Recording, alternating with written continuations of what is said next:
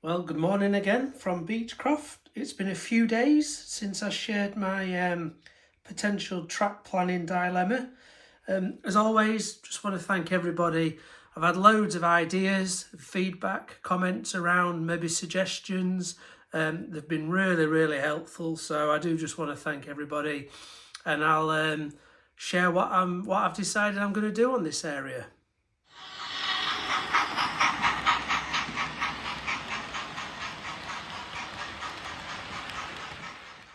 So while I've just been looking at comments and mulling over this area and whether I need another connection from this branch line, I've just been busy up here, continuing making some trees ready for the other side.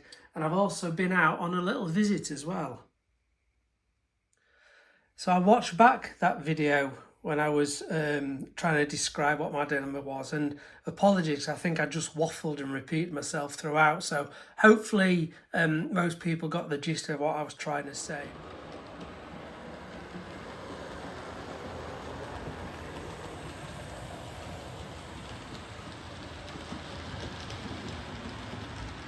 And there's some really good suggestions as what I could do with this area, and then also just some thoughts would the effort really be worth the reward? Would I need to do it? But it's a model railway, and while I've got the scope to do something, I think I am going to go for it.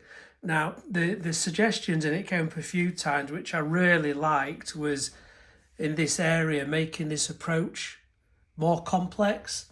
And the idea was to maybe swap this point out for a three-way, put a crossing over here, and then having a right-hand point from here, which sounds great, looks really good. I don't think I've got the room for it, to be honest. I just looked at a template of a crossover, which would be roughly there. Obviously the three-way point's longer, so I'm going to have to somehow get it back, and I don't think you're going to get a connection up and then a nice connection onto there, because the point's going to be back here and you're going to have trains sat over that point. So as fantastic as it sounds, and again, hindsight, if I'd have thought more at the planning stage, I could have incorporated that. I would have loved to have done it that way, but it's just not going to fit. I suppose when you think about it, it's the same profile as that double slip, so it's bound to be, just make it parallel. As I say, there's just not enough room. The only thing I could maybe do is Peco do a short diamond crossing, which is a much I think that's 24 degrees, and the long one's 12 degrees, so that would maybe go there somewhere.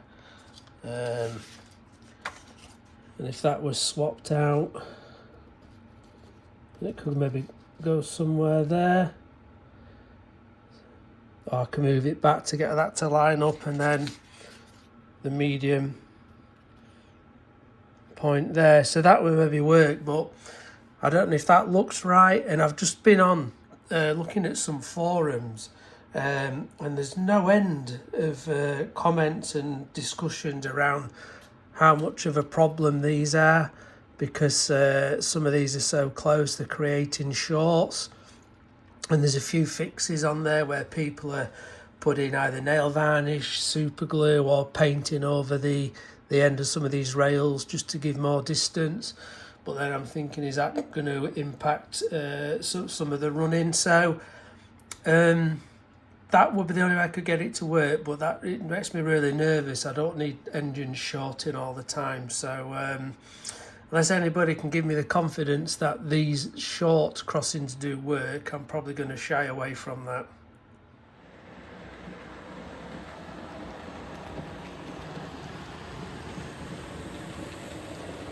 So that takes me back over to this side, and maybe getting a connection either over here or maybe around here. But I've thought about it, and again, it was suggested a couple of times, is that potentially I could make use of this area. So it could mean just moving these if I was still going to have them, getting a point in there. It might just mean slightly adjusting that track work, but getting a right-hand turn out there and then bringing it round and connecting it up maybe down here somewhere. So I think that's what I'm going to go for, because it still allows me to maybe have this area built up and that track covered. Part of the reason I would have liked this track covered here is it looks like, because it's a full almost semicircle, it looks quite harsh. It's not. It's I don't know, I think it's 36-inch, the track set I use. So it's quite a wide one. It's quite a bit bigger than radius 4. But I just wonder, by having that covered, it might take your eye away from a little bit. So my plan is definitely going to be to put a point in there, just straighten this track up slightly, bring it round, and then have a curved point somewhere just down here. So in terms of this area, I've just got a template for the curved point, and in fairness, I can probably get it looks okay there, even further back if I want to be able to have more of a sweep. So that'll be fine. I think it's going to fit pretty much anywhere along there. And just at the other part, which is going to be over here, there's quite a lot of clearance at the minute between this and the retaining wall. But I think I may have to use there's a slight curve in that. So I might have to use either a short straight, because it's probably going to come out a bit, but it'll still give me enough room without catching there. My worry is if I put a medium, which is from there, pretty much, I think we're going to get too close to there with the curve. So I'll probably have to do a little bit playing around with that, or whether I can curve this to bring it straight, maybe somewhere there, and then just realign that track work. So there's things to do, but the good news is, apart from the ballasting, there's nothing else to worry about in this area. Do you know what? Maybe scrap what I said about these right-hand points. That's a curved right hand, so that pretty much follows what I've already got. And then if it needs to come to somewhere here, I'm just looking at that track setter, that's a 30, and I think we'll easily get a nice transition to there. So I think that's what I'm going to do. I'm going to see who's selling these curve points for the best price and get a couple ordered. I'm wanting to get the point as far this way as I can, so I don't lose too much of this if I do want to get the tunnel mouth there. So I've got them just two laid out roughly. I've just had a piece of flexi-track bending just to see. That's a 30-inch track setter, and it goes down to 24 there. But 24 is way over 600 mil, so that's bigger than radius 4. So I don't think there'll be any issue in terms of does it look too sharp or not. So I have got a couple of curve points on order, ready to go in this area if that's what I'm going to do. Part of me still does quite like the look of the complexity, is that the right word of that?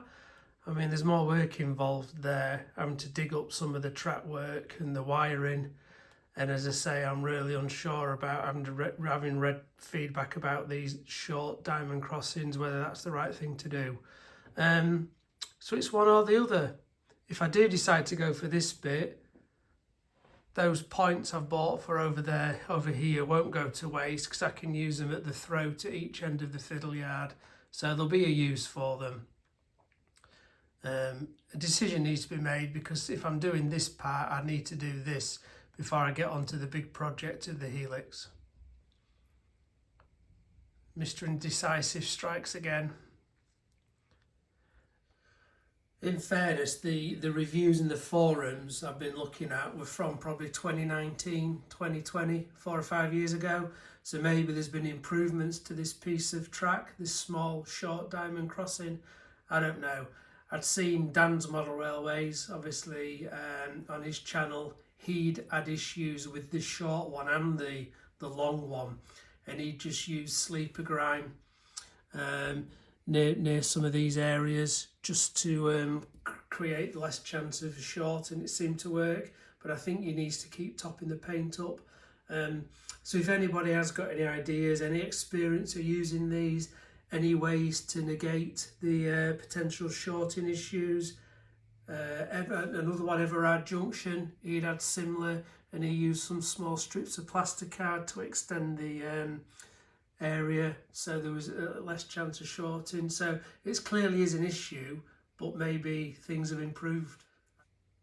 But I would need to be really confident before I start ripping this area up and changing the track work. You know, if I can't get a definitive answer as to whether these are reliable, then I will just go back to that other area and use the 2 curve points and leave this as it is.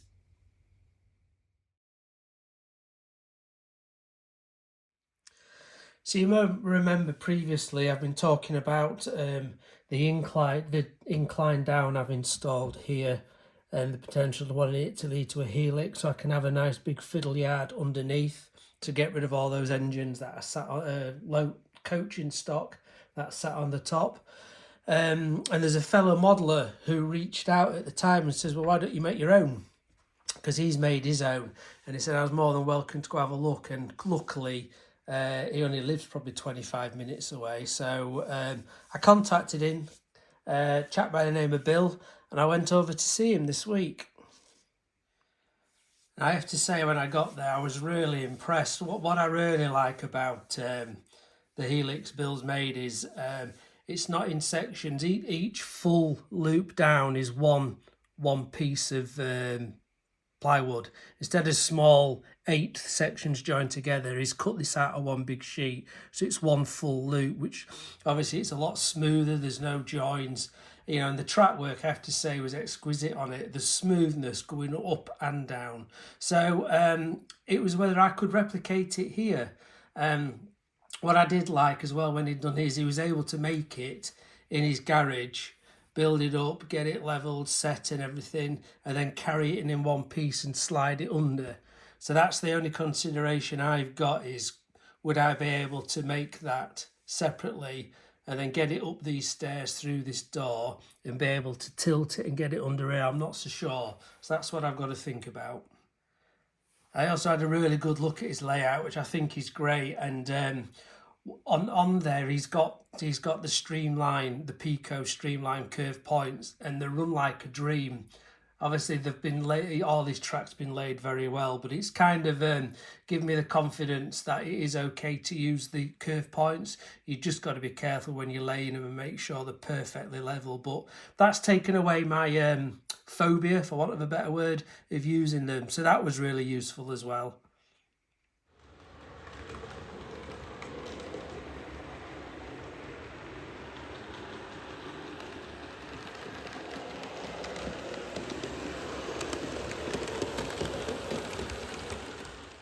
Now I have got quite a bit of Hornby 4th radius curves, so I was planning on making use of those on this.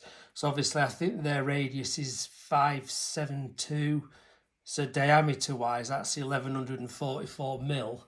So I'm probably going to need the loop to be 1200 mil just to give some clearance each side. So when I put this in, obviously this is a great big chunk of timber. Why I chose that, I don't know. I knew at least it's level. It's only about 900. So if I'm going to have to cut this back, because it is so thick, to have a loop underneath it, there's not going to be enough clearance. I'm just going to have to think about how I change this little bit here. So if you remember, the start of the incline down comes from that point there off the branch line. It comes down and then it starts to decline all the way down to that end where I want the helix to be. Excuse all this dodgy wiring. This was just temporary to get everything tested, so it's not going to look like that. It's definitely something I think I can do or attempt. My biggest issue will be the logistics, as I say, getting it into place. I've got this supporting leg at the end there and this leg here, and the distance between them is 1100 mil. But obviously, when it's in there, it's fine because it's a circle, but it's trying to get it in to the gap, which isn't big enough, if that makes sense. Trying to squeeze something into a smaller hole. So they're going to be my biggest issues I've got to think about. Distance wise, once you get underneath, you can see back to where them suitcases are, there's loads that way. So once it's in, it's in. It's just the issue of getting it in one piece. But as I've said before, and apology if I do repeat myself quite a bit, whether it's an age thing, that is, I really want the Helix in before I fasten this permanently and do the rest of the scenics on here. Because as you can see, the distance at the minute from there to there, it's not going to be easy to get to your track work and the such like. So it would make sense to get the Helix in before I do this. Although I'm getting a bit impatient and I am itching to get all this done.